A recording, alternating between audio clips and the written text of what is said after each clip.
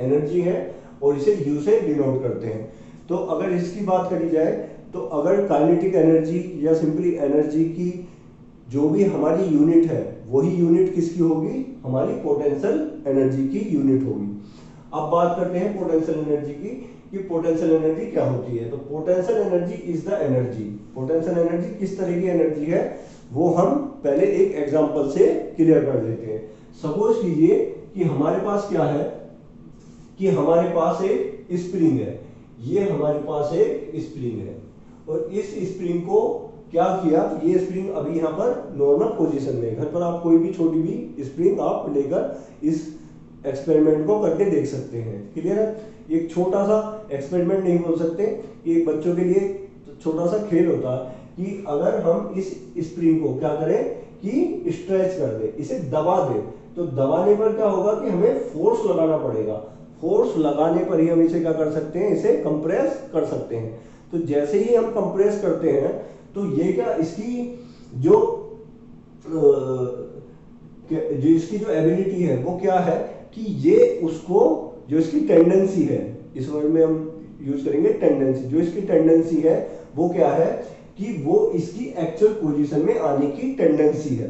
तो इसकी जो एक्चुअल पोजीशन में आने की टेंडेंसी है, अगर सपोज करो मैंने इसे कंप्रेस कर दिया और कंप्रेस करके ये ऐसी होगी इस तरह से, तो अब क्या होगा, ये अपनी जो पुरानी वाली जो इसकी एक्चुअल पोजीशन थी उसमें आने की ये कोशिश करेगी। ठीक है, और अगर हमने उस फोर्स को जब तक हम लगाकर रखते हैं वो उसी पोजीशन में रहती है, जैसे ही हम फोर्स हटा देते हैं तो वो क्या हो जाती है, वो अपनी नॉर्मल पोजीशन में आ जाती है। क्लियर है। अब दूसरा केस देखिए, अगर सपोज कीजिए कि इस स्प्रिंग को मैंने और क्या कर दिया, स्ट्रेच कर दिया, और स्प्रिंग को मैंने स्ट्रेच कर दिया, तो स्ट्रेच करने पर भी क्या होगा कि उसमें भी मुझे फोर्स लगाना पड़ेगा, और वो जो फोर्स लगाएंगे उस फोर्स को हम लगाने के बाद क्या देखेंगे कि फिर से इसकी जो टेंडेंसी होगी वो क्या होगी, इसकी एक्चुअल पोजीशन में आने की टेंडेंसी होगी। तो हम यहाँ पर फोर्स लगा रहे हैं और फोर्स लगाने पर हम क्या देख रहे हैं कि कुछ ना कुछ इसके अंदर ऐसा है, इस स्प्रिंग के अंदर, जो क्या कर रहा है, इसे एक्चुअल पोजीशन में डालने की कोशिश कर रहा है। तो ये जो है, ये जो इसके अंदर फोर्स लगा रहे हैं, तो वो टेंडेंसी क्या है, तो वो क्या है, पोटेंशियल एनर्जी इसके अंदर स्टोर्ड है, उसे क्या बोलते हैं, इसके अंदर पोटेंशियल एनर्जी स्टोर्ड है। वो जो पोटेंशियल एनर्जी स्टोर्ड है उसको हमने कैसे स्टोर करा है, फोर्स लगाकर, या तो कंप्रेस करके या ऐसे स्ट्रेच करके। तो उस फोर्स से अगर हमने इसे कंप्रेस करा है या स्ट्रेच करा है, तो उस फोर्स को लगाने के बाद ये जो कंप्रेस हो रही है या ये स्ट्रेच हो रही है, तो इसके अंदर क्या एक पोटेंशियल एनर्जी स्टोर्ड हो जाती है। क्लियर है। तो वो जो पोटेंशियल एनर्जी स्टोर्ड हो जाती है उसी के बारे में हम यहाँ पर बात करेंगे कि वो पोटेंशियल एनर्जी स्टोर्ड हो जाती है, उसके बाद जैसे ही हम फोर्स को हटाते हैं ये अपनी नॉर्मल पोजीशन में आ जाती है। क्लियर है। तो एक तो ये वाला एग्जांपल हो गया। अब सपोज कीजिए कि अब दूसरा एग्जांपल लेते हैं कि सपोज कीजिए कि मैंने इस मार्कर को, ये मार्कर यहाँ पर रखा हुआ है सपोज कीजिए, और मैंने क्या करा, इस पर क्या है ग्रेविटेशनल फोर्स, अगर मैं इसे छोड़ दूं तो ये किधर जाएगा, नीचे की तरफ, लेकिन मैं फोर्स इस पे लगाऊंगा ऊपर की तरफ, मैं इस पे फोर्स लगाऊंगा ऊपर की तरफ। ग्रेविटेशनल फोर्स जो अर्थ लगा रही है जिसे ग्रेविटी बोलते हैं, वो ऑलवेज क्या है, अट्रैक्टिव फोर्स है, और टुवर्ड डाउनवर्ड्स द क्या है, वो डाउनवर्ड्स वर्क करती है अर्थ की तरफ सॉरी अर्थ की तरफ वर्क करती है, डाउनवर्ड्स वर्क करती है। तो ये वाली कंडीशन में क्या होगा कि जितना मैं इसे ऊपर फोर्स लगाकर लेके चले जाऊंगा, जितना मैं इसे फोर्स लगाकर ऊपर लेकर जा रहा हूं, तो मुझे क्या करना पड़ रहा है, वर्क करना पड़ रहा है, मुझे यहां पर वर्क करना पड़ रहा है, और इसे जितना मैं ऊपर लेकर चले जाऊंगा उतना ही ज्यादा मुझे वर्क करना पड़ेगा। तो वर्क किस पर हो रहा है, इस ऑब्जेक्ट पर। क्लियर है। और वर्क कौन कर रहा है, मैं कर रहा हूं। तो जो मैं इस पे वर्क कर रहा हूं, तो उस वर्क को करने पर क्या हो रहा है कि इसकी जो एनर्जी है वो गेन हो रही है, इसकी एनर्जी गेन हो रही है, और वो जो एनर्जी है वो कौन सी है इसकी, उसे ही हम बोलते हैं पोटेंशियल एनर्जी। क्लियर है। तो आई थिंक इन दोनों एग्जांपल से आपको क्लियर होगा कि जो मैंने स्ट्रेच का और आपको कंप्रेस का एग्जांपल दिया और इसकी हाइट का एग्जांपल दिया, तो हमारे जो सिलेबस में हम इसी से ही रिलेटेड जो भी सिलेबस है उसे पढ़ेंगे, और हम क्या पढ़ेंगे कि जो भी किसी ऑब्जेक्ट को किसी हाइट पर लेकर चले गए, क्लियर है। तो इसी तरह के जो न्यूमेरिकल्स है उससे हम अगर देखेंगे। तो अब बात करते हैं पोटेंशियल एनर्जी की। जो पोटेंशियल एनर्जी होती है उसे U से डिनोट करते हैं, जो काइनेटिक एनर्जी होती है उसे K से डिनोट करते हैं, जो नॉर्मल एनर्जी होती है उसे E से डिनोट करते हैं। तो तीनों एनर्जी है और तीनों की ही यूनिट क्या है, जूल है, MKS में। अगर CGS में देखा जाए तो क्या होती है, अर्ग होती है। यहां तक क्लियर है।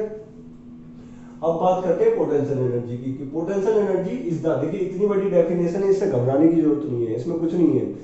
Potential energy is the energy, ये किस तरह की energy, stored in the body. किसमें स्टोर हो जाती है, उस बॉडी में स्टोर्ड हो जाती है, क्लियर है। उस बॉडी में स्टोर्ड हो जाती है, और स्टोर्ड किस किस तरह से होती है, और किसी सिस्टम में स्टोर हो जाएगी bye virtue of its position, उसकी पोजीशन के कारण वो उसके अंदर स्टोर हो जाती है, क्लियर है। कि हमने जैसे ही उसकी पोजीशन को चेंज करा, जैसे ही मैं उसे यहां से और यहां पर मैं लेकर गया, तो क्या हुआ कि वर्क डन हुआ, और वो उसकी एनर्जी उतनी ही गेन हो गई। जितना मैंने इस पर फोर्स लगाया उतना ही ज्यादा वर्क हुआ, और वर्क लगाने पर उतना ही उसकी जो एनर्जी है वो गेन हो गई। इन फील्ड ऑफ फोर्स, ये जो फील्ड ऑफ फोर्स है वो आपका क्या हो सकता है, जो फील्ड ऑफ फोर्स है हमारा, यहां पर हम क्या लेकर चल रहे हैं, इसे ग्रेविटेशनल फोर्स। सिंपलेस्ट वे में समझने के लिए हमने यहां पर क्या लिया है, ग्रेविटेशनल फोर्स को लिया है, clear. The field of force और बाय इट्स कॉन्फिगरेशन, ये जो कॉन्फिगरेशन वाली बात है वो आपका रबड़ हो या स्प्रिंग हो, ये उसकी कॉन्फिगरेशन वाली बात है। कि कॉन्फिगरेशन के अकॉर्डिंग क्या होता है कि अगर सपोज करो कि ये यहाँ पर हमने एक स्टैंड लिया और उससे स्प्रिंग को यहाँ पर अटैच कर दिया। अब इस स्प्रिंग को क्या करूंगा कि या तो मैं कंप्रेस करूंगा या इसे मैं यहाँ पर या तो इसे कंप्रेस करूंगा और या इस स्प्रिंग को मैं स्ट्रेच करूंगा, क्लियर है। तो दोनों ही कंडीशन में क्या होगा, दोनों ही कंडीशन में इसमें पोटेंशियल एनर्जी स्टोर होगी, क्लियर है। तो इसकी जो डेफिनेशन है, potential energy is the energy stored in the body और a system by virtue of its position in the field of force, in the field of force. जो कि force हम क्या ले रहे हैं यहाँ पर, अभी ग्रेविटेशनल फोर्स की बात कर रहे हैं, क्लियर है। वो फोर्स कोई भी हो सकता है, और बाय इट्स कॉन्फिगरेशन, जो भी इसका कॉन्फिगरेशन है अगर उसमें कोई भी चेंज होगा तो उससे भी क्या होगा, इसमें पोटेंशियल एनर्जी क्या होगी, हमारी स्टोर हो जाएगी, क्लियर है। अब बात करते हैं इसके एग्जांपल्स की, कि इसके एग्जांपल्स क्या क्या है। फर्स्ट वन जो मैंने अभी आपको समझाया है, स्ट्रेच और कंप्रेस कॉइल स्प्रिंग। तो ये एग्जांपल हमने अभी समझा है कि किसी कॉइल को कंप्रेस करेंगे या स्ट्रेच करेंगे तो उसके अंदर क्या होगा, वो पोटेंशियल एनर्जी के रूप में स्टोर हो जाएगा। सेकंड वन क्या है, water stored up to a height in the dam. इसको हम इस तरह से समझ सकते हैं कि हमारे घरों में जो टंकियां लगी होती हैं, पानी की टंकियां, वो बहुत ही एबव हाइट पर लगी होती है, घर के सबसे ऊपर रखते हैं उसे। उसका क्या रीजन है, उसे नीचे क्यों नहीं रखते हैं? उसके सबसे ऊपर रखने का रीजन ये है कि जितना भी ज्यादा हम ऊपर रखेंगे, जितनी उसकी हाइट बढ़ाएंगे, उतनी ही ज्यादा उसकी पोटेंशियल एनर्जी बढ़ जाती है। और जितनी ज्यादा उसकी पोटेंशियल एनर्जी होगी, जब हम नीचे टोटी को खोलते हैं तो उसमें क्या होता है, टब को खोलते हैं तो उतने ही प्रेशर से उसमें पानी आता है। तो वो जो पोटेंशियल एनर्जी होती है वो किसमें चेंज हो जाती है, आपकी काइनेटिक एनर्जी में हो जाती है, क्लियर है। तो उसे ऊपर रखने का यही एक मीनिंग है कि उसकी हमें क्या करनी है, पोटेंशियल एनर्जी को ज्यादा से ज्यादा करना। जितनी ज्यादा हाइट पर रखेंगे उतनी ही ज्यादा उसकी पोटेंशियल एनर्जी आपकी बढ़ जाएगी, क्योंकि पोटेंशियल एनर्जी किस पे डिपेंड करती है, हाइट पे डिपेंड करती है। ये चीज भी अभी पढ़ेंगे हम कि मैथमेटिकली देखेंगे कि हाइट पे कैसे डिपेंड करती है। और अगर जितना ज्यादा हम फोर्स लगाएंगे, जितना ज्यादा हम फोर्स लगाएंगे, उससे भी क्या होगी, उसकी पोटेंशियल एनर्जी आपकी इंक्रीज ही होगी जितना हम फोर्स लगाएंगे। क्योंकि जितना फोर्स लगाएंगे उतना ही ज्यादा वर्क करना पड़ेगा, और जितना हम वर्क करेंगे तो हमारी एनर्जी लूज होगी और उस ऑब्जेक्ट की जो एनर्जी है वो आपकी इंक्रीज हो जाएगी, क्लियर है। थर्ड वन है, ऑब्जेक्ट प्लेस है सम हाइट एच, कि कोई भी ऑब्जेक्ट है अगर किसी हाइट एच पर हम उसे प्लेस कर देते हैं तो वही सेम है कि उससे भी क्या होगा, ये प्रीवियस एग्जांपल के ऊपर ही है कि हाइट वाला ही एग्जांपल है कि अगर किसी हाइट पर उसे हम पहुंचा देंगे तो उतनी ही उसकी जो पोटेंशियल एनर्जी है वो बढ़ जाएगी। इसके लिए हम एक ये समझ सकते हैं कि सपोज कीजिए कि यहाँ पर क्या है कि एक ये यहां पर एक बॉल रखी है, एक बॉल रखी है और उस बॉल पर क्या है कि वो बॉल यहां पर स्टेशनरी में है, बट यहां पर किसी वो हाइट पर है, वो हाइट मान ली मैंने h है। तो इसके जो आने का जो तरीका होगा वो ये होगा, ये वाला जो तरीका है ना, इस तरह से वो नीचे बॉल आएगी। क्लियर है? तो आपने देखा होगा कि जितनी ज्यादा ये हाइट के ऊपर है उतनी ही ज्यादा स्पीड से ये नीचे आती है। क्लियर है? तो इस पॉइंट की बात करें, इस पॉइंट पर यहां पर क्या है, इसमें पोटेंशियल एनर्जी स्टोर्ड है, इस पॉइंट पर यहां पर एनर्जी स्टोर्ड है। इसके बाद जैसे ही यहां पर ये यहां से नीचे आना शुरू करेगा तो वो पोटेंशियल एनर्जी किस में कन्वर्ट होनी शुरू हो जाएगी, काइनेटिक एनर्जी में। और जितनी हाइट पर ये ज्यादा होगा उतनी ही ज्यादा ये तेज स्पीड से आएगा और उतनी ही ज्यादा इसकी काइनेटिक एनर्जी हमें मिल जाएगी। अब बात करते हैं कि कैलकुलेशन ऑफ पोटेंशियल एनर्जी। तो इसे समझने के लिए ये बहुत ही एक सिंपलेस्ट तरीका है कि हमने सिंपली करा क्या है, यहाँ पर कि एक ऑब्जेक्ट लिया है यहाँ पर m, जो कि ग्राउंड पर है, एक ग्राउंड लेवल है। ग्राउंड लेवल आप कुछ भी मान सकते हो कि अगर आप सेकंड फ्लोर पर हो या थर्ड फ्लोर पर हो, कोई भी अगर आप ये वाला एक्सपेरिमेंट कर रहे हो तो उससे फर्क नहीं पड़ता। केवल हमें ये फर्क पड़ता है कि जहां से भी हमने स्टार्ट करा है उसका मोशन, तो वो उस हाइट को हम क्या मान लेंगे, h = 0। क्लियर? ये हम अपने अकॉर्डिंग यहां पर ले सकते हैं। हमने यहाँ पर ग्राउंड ऐसा नहीं है कि कोई प्ले ग्राउंड है, ऐसा कुछ नहीं है, इसको हम अपने अकॉर्डिंग ले सकते हैं। अब यहाँ पर क्या है कि एक मास रखा हुआ है, एक बॉडी रखी हुई है जिसका जो है मास m है। इसको हम क्या करते हैं, लिफ्ट करते हैं। इसको हम क्या करते हैं, लिफ्ट करते हैं। और जैसे ही हम इसे लिफ्ट करेंगे तो लिफ्ट के लिए किसकी जरूरत पड़ेगी, हमें फोर्स की जरूरत पड़ेगी। लिफ्ट करने के लिए हमें फोर्स की जरूरत पड़ेगी और जितना हम इसे ज्यादा फोर्स करेंगे उतना ही हमें इसमें वर्क डन लगाना पड़ेगा, उतना ही वर्क इसे लगाना पड़ेगा। तो इसको क्या करा हमने, इस यहाँ पर ये जो था ग्राउंड से, इस ग्राउंड से लेकर हम इसे कहां तक लेकर चले गए, इस हाइट यहाँ पर h तक, ये जो हाइट s तक हमने इसे क्या कर दिया, यहाँ पर पहुंचा दिया। तो हमने इस पर क्या करा, पहुंचाने पर क्या होगा, हमें इसे लिफ्ट करना पड़ेगा और लिफ्ट करने के लिए हमें इस पे क्या लगाना पड़ेगा, एक फोर्स लगाना पड़ेगा और हमें एक वर्क करना पड़ेगा। और जितना मैं ज्यादा वर्क करूंगा इस ऑब्जेक्ट पर तो मेरी एनर्जी क्या होगी, लूज होगी और इस ऑब्जेक्ट की एनर्जी उतनी ही इंक्रीज होगी। और वो जो एनर्जी होती है वो कौन सी होती है, हमारी पोटेंशियल एनर्जी। वो कौन सी होती है, हमारी पोटेंशियल एनर्जी होती है, जो पोटेंशियल एनर्जी इसकी इंक्रीज होगी। क्लियर है?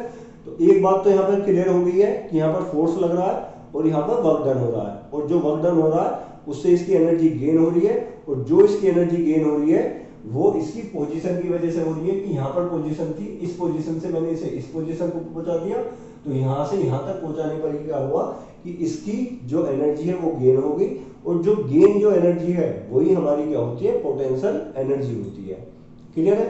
अब अगर बात करें कि इसके फॉर्मूले की, तो फॉर्मूला इसका बहुत ही सिंपल है। वो कैसे है उसे जान लेते हैं। देखिए, हमें इस पे कितना फोर्स लगाया, हमने इस पे कितना फोर्स लगाया, वो कितना होगा फोर्स, वो फोर्स इतना होगा जितना ग्रेविटी नीचे की तरफ इसका वेट जो है, जो ग्रेविटी इसे पुल कर रही है, खींच रही है अपनी तरफ, ठीक है, वो हमारा लगाया हुआ फोर्स उतना ही होगा कि जितना की ग्रेविटी इसे नीचे की तरफ लाने की कोशिश कर रही है। तो हम ग्रेविटी के ऑपोजिट यहां पर वर्क कर रहे हैं। ये जो वर्क है ग्रेविटी के ऑपोजिट वर्क कर रहे हैं। तो ग्रेविटी के जो ऑपोजिट हम यहां पर वर्क कर रहे हैं, तो जितना हम फोर्स यहां से नीचे से लगा रहे हैं वो फोर्स किसके इक्वल होगा, वो फोर्स इस mg के इक्वल होगा, सेम होगा, F = m × g। ये जो फोर्स कितना हो जाएगा, m × g। अब इसे इस पोजीशन से h = 0 पोजीशन से मैं यहां पर कहां पर लेकर गया, इसे इस वाली पोजीशन पे। सपोज करो कि हमारा पॉइंट A है और ये हमारा पॉइंट B है, तो इसे A से मैं B तक यहां पर लेकर गया, और A से B तक ले जाने पर क्या हुआ कि इसमें हमें वर्क करना पड़ा, और वर्क करने पर क्या हुआ, हमारी एनर्जी लूज हुई, जो भी हमारी मसल्स एनर्जी है वो लूज हुई, और वो गेन किसकी हुई, इस ऑब्जेक्ट की एनर्जी गेन हो गई, बढ़ गई। तो उस जो एनर्जी बढ़ी है वो कौन सी एनर्जी बढ़ी है, आपकी पोटेंशियल एनर्जी। अब इसके फॉर्मूले की अगर बात करें, the force acting on the body, जो भी फोर्स इस बॉडी पर एक्ट कर रहा है, जो भी फोर्स हम लगा रहे हैं, वो किसके इक्वल होता है? Gravitational pull. जो ग्रेविटेशनल पुल है वो क्या है? डाउनवर्ड है। इस चीज को समझने की जरूरत है। जो हमारे द्वारा लगाया हुआ फोर्स है वो अपवर्ड है और ग्रेविटी वाला फोर्स जो है वो डाउनवर्ड है। तो उसमें इतना ही फोर्स लगाना पड़ेगा जितना की फोर्स नीचे की तरफ लग रहा है, और मैंने बताया वो किसके इक्वल होगा? mg के इक्वल होगा। तो टू लिफ्ट द बॉडी, इस बॉडी को लिफ्ट करने के लिए above, ऊपर की तरफ, the surface of earth, we have to do work against force. हमें किसके अगेंस्ट फोर्स वर्क करना पड़ेगा? हमें वर्क करना पड़ेगा ग्रेविटी के अगेंस्ट। क्लियर है? इस मार्कर को भी अगर मैं इस यहां से नीचे से और ऊपर की तरफ लेकर जा रहा हूं तो मुझे यहां पर फोर्स लगाना पड़ रहा और वर्क करना पड़ रहा। तो जितना मैं वर्क कर रहा हूं तो उसमें जो मेरी एनर्जी लूज हो रही है, तो उसका मतलब क्या है कि उसकी उतनी ही एनर्जी यहां पर गेन हो रही है। क्लियर? अभी जो वर्क होगा वो सिंपली क्या होता है? Force into distance. क्लियर है? फोर्स इनटू डिस्टेंस भी लिख सकते हैं, फोर्स इनटू डिस्प्लेसमेंट भी लिख सकते हैं। क्यों लिख सकते हैं? क्योंकि ये एक ही डायरेक्शन में है। अगर ऑब्जेक्ट एक ही डायरेक्शन में मूव कर रहा तो उसका जो डिस्टेंस है और डिस्प्लेसमेंट है वो आपस में क्या होते हैं? सेम होते हैं। क्लियर है? तो मैंने लिखा फोर्स इनटू डिस्टेंस, और फोर्स कितना है? यहाँ पर mg है। ये जो mg है यही क्या है? यहाँ पर फोर्स है। तो फोर्स की जगह मैंने यहाँ पर mg रखा, और डिस्टेंस कितनी ट्रेवल करी इसने यहाँ से यहाँ तक? h। ये वाली जो डिस्टेंस है ये h इसने यहाँ तक ट्रेवल कर ली। तो हमारा सिंपली वर्क क्या हो जाएगा? Force into distance. तो wg इक्वल टू कितना हो जाएगा? mg into h, mg into h, या तीनों को आपस में जोड़ दीजिए क्योंकि मल्टीप्लाई है तो कितना हो जाएगा? सॉरी मल्टीप्लाई कर दीजिए तो कितना हो जाएगा? mg h। तो जो हमारा किया हुआ वर्क है उस ग्रेविटी के अगेंस्ट वो कितना आ गया? mg h आ गया। ये यहां तक बात क्लियर होगी कि जो भी हमने फोर्स लगाया है ग्रेविटी के अगेंस्ट वो कितना हो गया? mg h। अब ये जो वर्क डन है on the object, it is energy gained by the object. जितना हमने वर्क डन करा opposite to the gravitational force, वो क्या हो गया? Energy gained by the object. उस ऑब्जेक्ट ने उतनी ही एनर्जी यहां पर गेन कर ली। तो इसी वजह से क्या होगा? जो इसकी जो वर्क होगा, ये वाला जो वर्क डन होगा वो किसके इक्वल होगा? वो एनर्जी के यहाँ पर इक्विवेलेंट होगा। तो यहाँ पर हम पोटेंशियल एनर्जी को लिख सकते हैं simply EP equal to mgh। Clear है? जहां पर m बॉडी का मास है, g ग्रेविटेशनल एक्सीलरेशन है और h यहाँ पर हाइट है। इसका मीनिंग ये है कि जो हमारी पोटेंशियल एनर्जी होती है वो उसके मास पर डिपेंड होती है। इसके मास, इसका सपोज कीजिए मास 1 kg था, अब 2 kg कर दिया तो मुझे और ज्यादा फोर्स लगाना पड़ेगा, और ज्यादा फोर्स लगाना पड़ेगा तो और ज्यादा वर्क करना पड़ेगा। और अगर ग्रेविटी के ऊपर ग्रेविटेशनल एक्सीलरेशन जितना ज्यादा होगा उतना ही नॉर्मल कंडीशन में 9.8 मीटर पर सेकंड स्क्वायर होता है। लेकिन सपोज कीजिए कि अगर ये बढ़ जाए कि हम यहाँ से अर्थ से जाकर कहीं जुपिटर पे चले जाएं, तो जुपिटर पे क्या होगा? उसका मास ज्यादा है। अगर उसका मास ज्यादा है तो वहां पर क्या होगा? उसका ग्रेविटेशनल फोर्स भी उतना ही ज्यादा होगा। क्लियर है? और इस पर डिपेंड करती है h पर कि हम उसे कितनी हाइट तक लेकर जा रहे हैं। मैं इसे जितनी हाइट तक ऊपर लेकर जाऊंगा उतनी हाइट तक ही मुझे क्या करना पड़ेगा? उतना ही वर्क डन मुझे ज्यादा लगाना पड़ेगा, और वो जितना वर्क डन मुझे ज्यादा लगाना पड़ेगा उतनी ही उसकी एनर्जी में गेन होगा। तो ये क्या होगा? EP equal to mgh। Clear है? अब यहां पर क्या है कि एक इसका कॉन्सेप्ट समझते हैं। ये मोस्ट इंपोर्टेंट कॉन्सेप्ट है समझने के लिए। ये आपके आगे तक भी वर्क करेगा और इस पे आपके काफी न्यूमेरिकल्स भी आते हैं, थ्योरेटिकल न्यूमेरिकल्स। कि सपोज कीजिए कि यहाँ पर ये पॉइंट है A और ये B। क्लियर है? अब इसे दो तरीके से लेकर जा रहे हैं। पहला तरीका क्या है? सिंपली हमने क्या करा? यहाँ से फोर्स लगाया और पाथ 1 को फॉलो करते हुए सीधा बिल्कुल हमने डायरेक्ट इसे ऊपर तक हम ले गए। कितनी हाइट तक? h हाइट तक। क्लियर है? अब दूसरी कंडीशन थोड़ी डिफरेंट है। उसमें क्या करा? हमने पाथ 2 को फॉलो करा। पार्ट 2 आप देख रहे हैं कि जिग जैग पाथ, ये इस तरह से गया, ऐसे गया, ऐसे गया, फिर ऐसे गया, फिर ऐसे गया। तो इसका जो पाथ है और इसका पाथ दोनों आपस में डिफरेंट थे। ठीक है? तो इस कंडीशन में क्या होना चाहिए, दोनों की पोटेंशियल एनर्जी डिफरेंट होनी चाहिए, ऐसा है क्या? नहीं, ऐसा नहीं है। ऐसा क्यों नहीं है? क्योंकि आपकी जो पोटेंशियल एनर्जी है वो केवल किस पर डिपेंड करती है, जो उसका इनिशियल पॉइंट है और जो फाइनल पॉइंट है उसके बीच की जो हाइट है उस पर डिपेंड करती है। Potential energy is not path dependent, ये पाथ डिपेंडेंट नहीं होती। कौन सा पाथ फॉलो करा है इससे कोई फर्क नहीं पड़ता, ये केवल और केवल उस ऑब्जेक्ट की इनिशियल और फाइनल पोजीशन पर डिपेंड करती है। क्लियर है?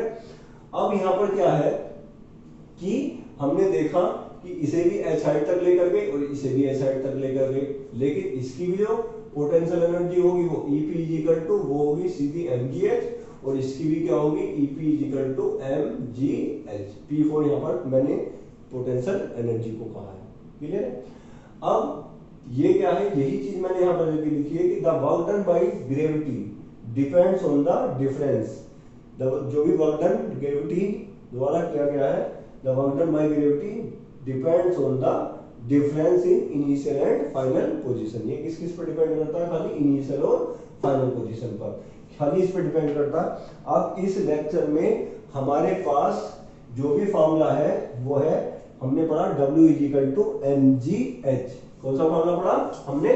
W is equal to mgh। तो ये वाला फॉर्मूला आपका मोस्ट रिमेंबर है कि W is equal to mg into h।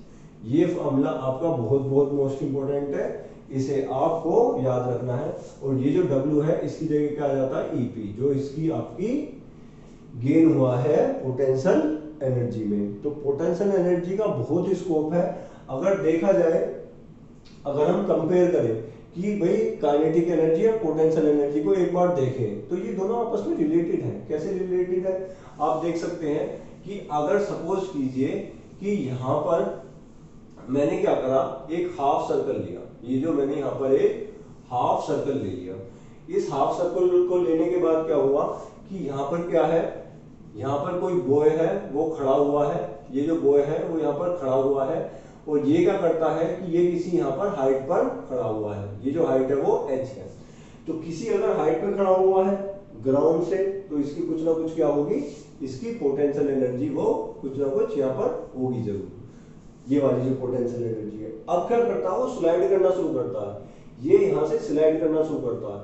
तो जैसे ही ये स्लाइड करना शुरू करता है तो यहां पर आने पर इसकी जो पोजीशन है, अब सपोज कीजिए कि ये यहां पर है, इस वाली पोजीशन पे आ गया, तो इसकी जो पोटेंशियल एनर्जी है वो किस में कन्वर्ट होगी? अब ये मोशन कर रहा है, तो इसकी जो पोटेंशियल एनर्जी है किस में कन्वर्ट होगी? यहां पर काइनेटिक एनर्जी में। क्लियर है? और ये क्या होगा, ये मोशन आपका यहां से इस तरह से करता हुआ ये फिर से कहां पहुंच जाएगा? इसी ही हाइट पर पहुंच जाएगा। अब सपोज करो कि ये यहां पर पहुंच गया, ये वाला बॉय जो है वो यहां पर पहुंच गया, तो ये फिर से क्या होगा, ये जो काइनेटिक एनर्जी है फिर से किसमें चेंज हो जाएगी? इसकी पोटेंशियल एनर्जी में। तो ये जो काइनेटिक एनर्जी है और पोटेंशियल एनर्जी है वो क्या हो रही है? एक दूसरे में चेंज हो रही है। क्लियर है? तो इसी वजह से बोलते हैं कि जो हमारी एनर्जी होती है वो कंजर्व्ड होती है, ना तो उसे कोई क्रिएट कर सकता है ना उसे कोई डिस्ट्रॉय कर सकता है। This is the law of conservation. कि अगर हम देखें कि जो टोटल एनर्जी है, अगर हमने देखी कि E इज इक्वल टू हमारा क्या हो गया, E के जो हमारी काइनेटिक एनर्जी है plus EP, this is the law of conservation of energy, कि जो उसकी जो टोटल एनर्जी है वो kinetic energy plus potential energy वो क्या होगी? कंजर्व होती है। ये दोनों आपस में चेंज होते रहेंगे। सपोज कीजिए कि एक अगर ज्यादा होगा, E के को अगर ज्यादा हुआ तो EP अपने आप ही क्या हो जाएगा, यहाँ पर वो कम हो जाएगा। तो this is called the law of conservation of energy. तो ये भी आपको मस्ट रिमेंबर रखना है। और आज की इस वीडियो को यही एंड अप करते हैं। इसमें एक कॉन्सेप्ट और है पावर का, वो और पढ़ लेते हैं कि पावर का कॉन्सेप्ट क्या है, कि पावर क्या होती है। पावर जो P होती है, power is equal to the rate of work, P is equal to W upon T। This is called the power. कि जो भी वर्क है अगर उसे हम टाइम के साथ क्या कर रहे हैं, मीजर कर रहे हैं, तो ये जो वर्क का जो रेट है वही क्या कहलाता है, हमारा पावर कहलाता है। The rate of work is called the power. Clear. और पावर की जो यूनिट होती है वो होती है वाट, और इसकी जो स्मॉल यूनिट होती है वो आपकी किलोवाट। जो जो इसकी बड़ी यूनिट होती है किलोवाट, मेगावाट, ये सारी गीगावाट, तो ये सारी इसकी बड़ी यूनिट होती है। क्लियर है। और नॉर्मली जो होती है आपकी, ये जो आपको प्रेशर है वो हम किस तरह से डिफाइन करते हैं, W/T से, कि उसने कितना वर्क करा है और कितने टाइम में करा है। क्लियर है। So the rate of work is called power. अब नेक्स्ट क्लास में हम डिस्कस करेंगे कि पूरे के पूरे चैप्टर का जो माइंड मैप है वो डिस्कस करेंगे। तो आप वेट कीजिए उस वीडियो का, कि कल या परसों में वो वीडियो आपके सामने होगी। और इस वीडियो को, इससे पहली वाली वीडियोस को आपने बहुत प्यार दिया है, अब इसी तरह से आप अपना प्यार कंटिन्यूस रखिए, और इस चैनल को आप लाइक कीजिए, सब्सक्राइब कीजिए, जितने भी इसके कॉन्सेप्ट है आप लिखिए। मेरा जो मोटिव है वो ये है कि आपको जो कॉन्सेप्ट है वो सारे क्लियर होने चाहिए। तो आज के लिए इतना ही करते हैं। Thank you so much for watching. Thank you very much.